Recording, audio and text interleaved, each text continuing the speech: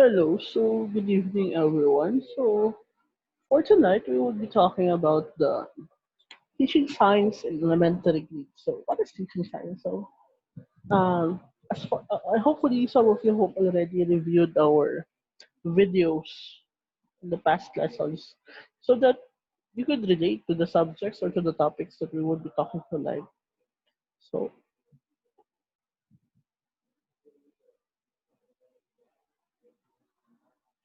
so tonight we will be talking about science as a process skills. So please remember that there are two important elements that is needed in learning science. Number one, the body of knowledge, which is composed of what? The facts, concepts, theories, and the process of science, which are the ways of thinking and doing that scientists use to arrive at the body of knowledge. Question. As of today, how do you view facts, concepts, and theories? Do you, ano, um, do you even think of facts as of today? Or are you gaining knowledge about something scientific? I know some of you have become what we call that experts. Experts of anything that is of coronavirus.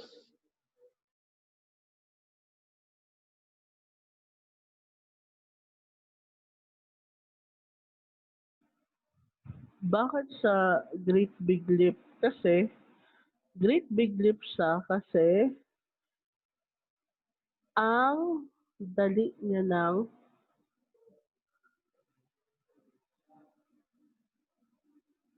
mas ano na siya, mas mabilis na po tayo ngayon kaysa sa dati. So that's why uh, scientific process has come a long way. Okay, so let's go back. So this is the process of science and the higher order thinking skills. Bakit higher order thinking skills na tayo? Please remember, higher order thinking skills na po tayo kasi hindi na po uso yung lower order thinking skills. People are what? As of today, nagapa-bright-bright na ta, di ba? Hindi naman natin sinasabi, wala na po tayong estudyante, wala na po mag-aaral that are considered mga bobo. So that's why we are really pushing the higher order thinking skills. So what are the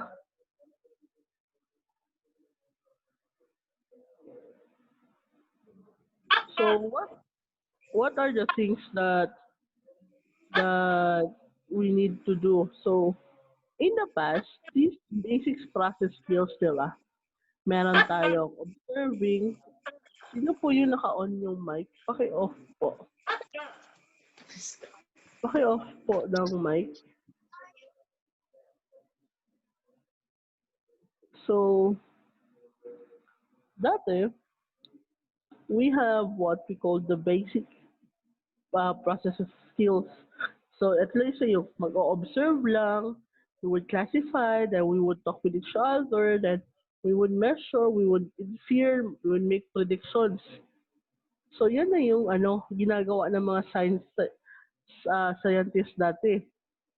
But, as time goes by, dati 'di ba, hindi pinapakialaman ng mga scientists yung talaga, yung mga experiments nila. Kung ano yung situation, that's all. Yun lang yung ginagawa nila. But as time goes by, we have what we call the integrated process. Eto na siya. Kung may experiment na gagawin, scientists would what? Formulate hypothesis. What would happen if ganito? What would happen if ganyan? So that's why, ano nangyari sa atin? Meron na tayong genetic re-engineering. Kasi nga, what would happen if ganito yung gagawin natin? What would happen if eto siya? So that's why meron tayong mga genetic engineers. So next is controlling variables. For example, sino na every one of you knows what is ano, 'di ba? IV, artificial insemination. Yung mga IV, intro vitro fertilization. Na yung mga baby, instead the traditional way of having a baby na nagkakaroon ng sexual intercourse, ano yung ginagawa? Intro vitro fertilization sila. Diba? Then, pinaplant din siya sa uterus ng babae. Dati, yung pwede lang magbuntis is what? Sino? Yung nanay ng bata. Pero ano nangyari ngayon? You could have one egg, then you would have what? My egg from the babae, then we have sperm from the guy. So, ano ang ginagawa? Lalagay siya sa petri dish, then pwede na ibang tao yung magbubuntis, di ba? Katulad kay Kim Kardashian, kay yung may-ari ng Afeccionado, di ba? Sino yung nagbuntis ng kanilang mga anak? Iba-ibang tao ang nagbuntis ng kanilang anak. So, pasok tayo dito sa controlling variables. What happened to yung mga anak ng mga artista? Di ba? Ginawa nila, nag-genetic engineering sila. Kinontrol nila yung mga variables. Yung mga part ng DNA nila na hindi nila gusto, inalis nila. Tingnan nyo ano nangyari sa anak ni Dr. Vicky Bello. Yung si Scarlett Snow Bello. Diba? Kilala niyo si Dr. Vicky Bello? Yes, ma'am. Oo. Si Dr. Vicky Bello, anong ginawa niya? Pina-genetic engineer niya yung anak niya na si Scarlett. That's why, ano nangyayari? Walang impurity si Scarlett. And pina-genetic engineer pa na ano nangyayari kay Scarlett? Mas matalino, di ba? Very, siya, high IQ. Kaya, kinontrol nila yung variables. Then, defining operationally. So, meron tayong mga gamot. Ewan ko lang, if you know about the nanotechnology. Yes, ma'am. Sino na nakapanood na movie na G.I. Joe? Nakapanood na ba kayo ng G.I. Joe? Hopefully nakapanood na kayo ng G.I. Joe, di ba? Yes, They have Pacific Rim. Yung movie na Pacific Rim. Ano yung ginawa nila? They have defined operationally. Meron na po tayong mga gadgets ngayon that pag ininom mo siya, it would what? Attack the cancer cells. For example, meron tayong chemotherapy. Dati, pag kinikemo ka, in the past, your good cell and your bad cell will die. Diba? Pag nagkemo, makita mo nangyayari sa kinikemo. Nakakalbo, nangangayayat, nangingitim. Kasi, yung kanilang good cell at saka bad cell na pinapatay. So, anong ginawa ng mga scientists? They defined the operation of the chemotherapy. Tapos dati, ang chemotherapy is nagagawa lang siya saan? Sa hospital. But as of now, meron po tayong tinatawag na oral chemotherapy. So, ano nangyari? Meron na tayong tinatawag na experimenting. Doon sa experimenting na yon, we have what? Ang dami ng chemotherapy. And ito siya ang pinakamaganda. Di ba sa AIDS, HIV AIDS, meron tayong mga tao na may HIV AIDS. Pero dahil na rin sa advancement ng technology, ano nangyari sa atin? Yung may mga HIV AIDS, pwede na silang mabuhay ng matagal kasi meron na pong gamot na develop. And the patient would just what?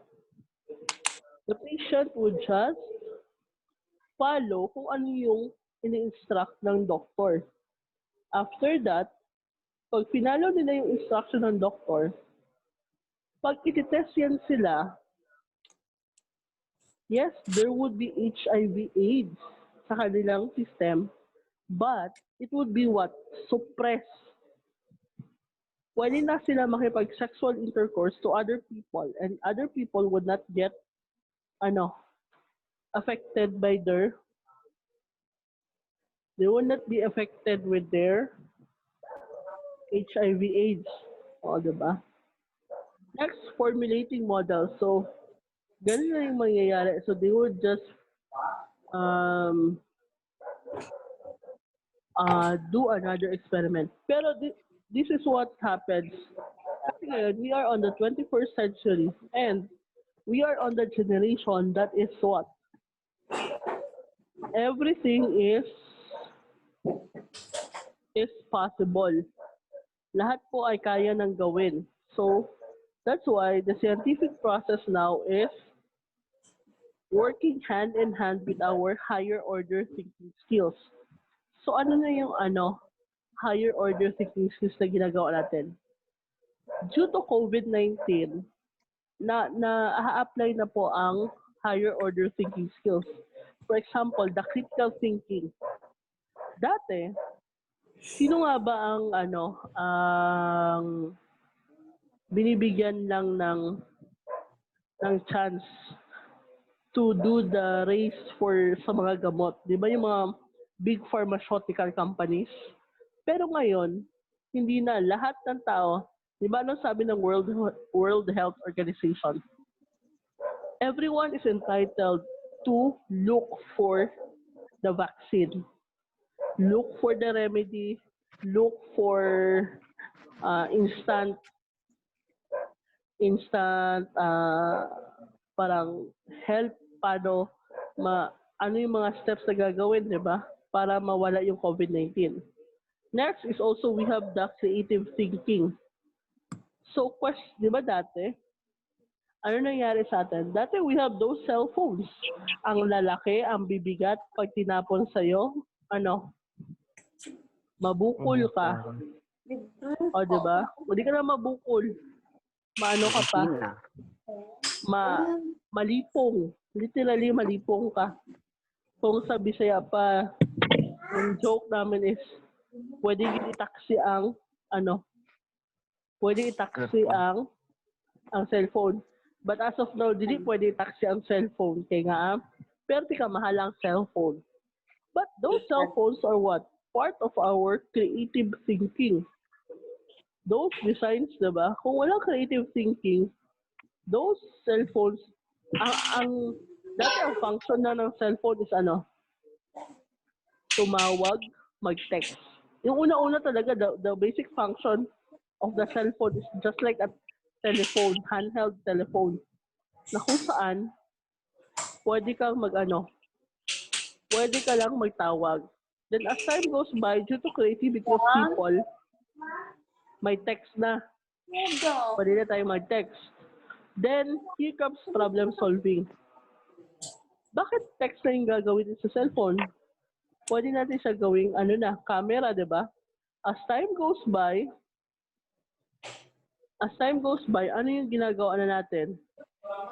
People are being creative. Lahat na pwede mo nang gawin sa cellphone. Dati mag-date ka,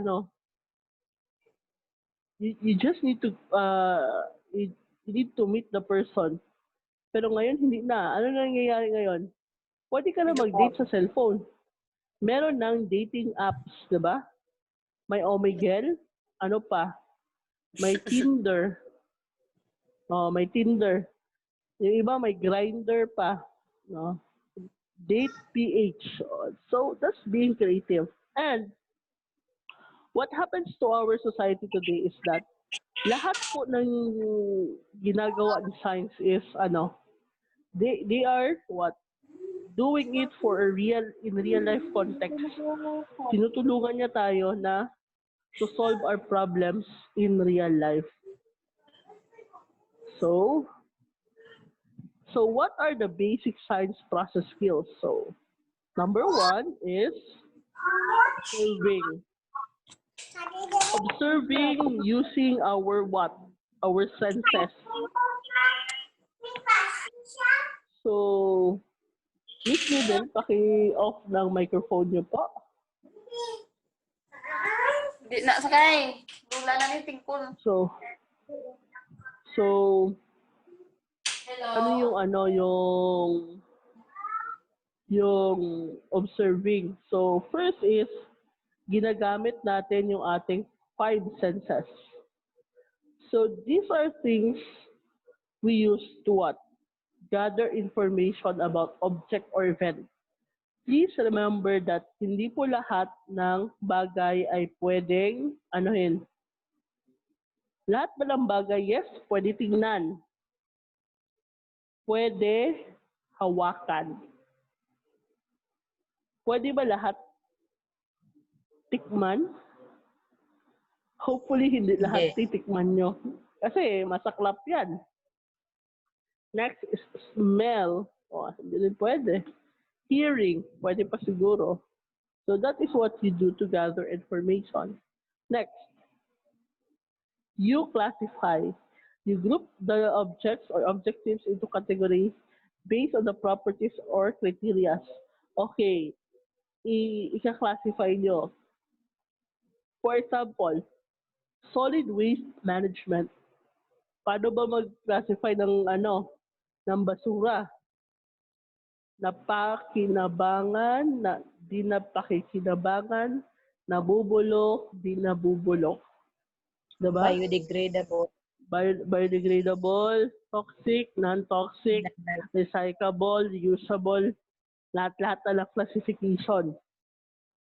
So, depende how you apply it to yourself. Next is what? Communicating. Using words, graphic symbols to describe events. This process is what? You communicate with other people. It could be done through through writing or oral. So, depende yan sa inyo. Pwede siya qualitative, pwede rin siya quantitative. So, it's really up to you. Next is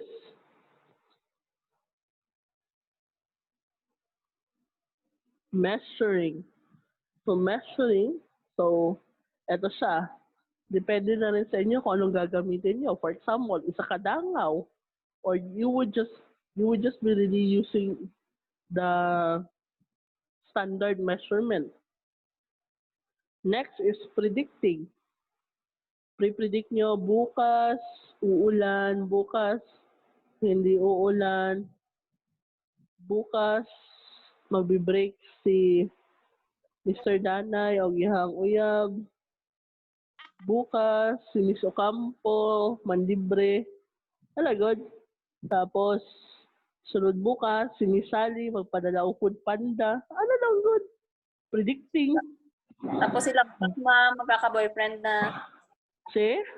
Lampak. Si Lampak, na may pa-flowers, may pa-sana all. Oh, diba? Ganyan lang naman yung life. So, pre-predict.